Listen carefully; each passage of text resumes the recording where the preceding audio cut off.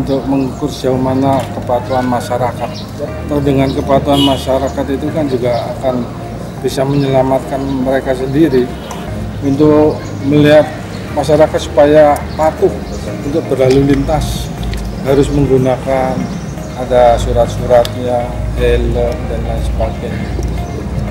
Cukup tinggi untuk di Gorontalo kecelakaan, tidak menggunakan peralatan lalu lintas itu.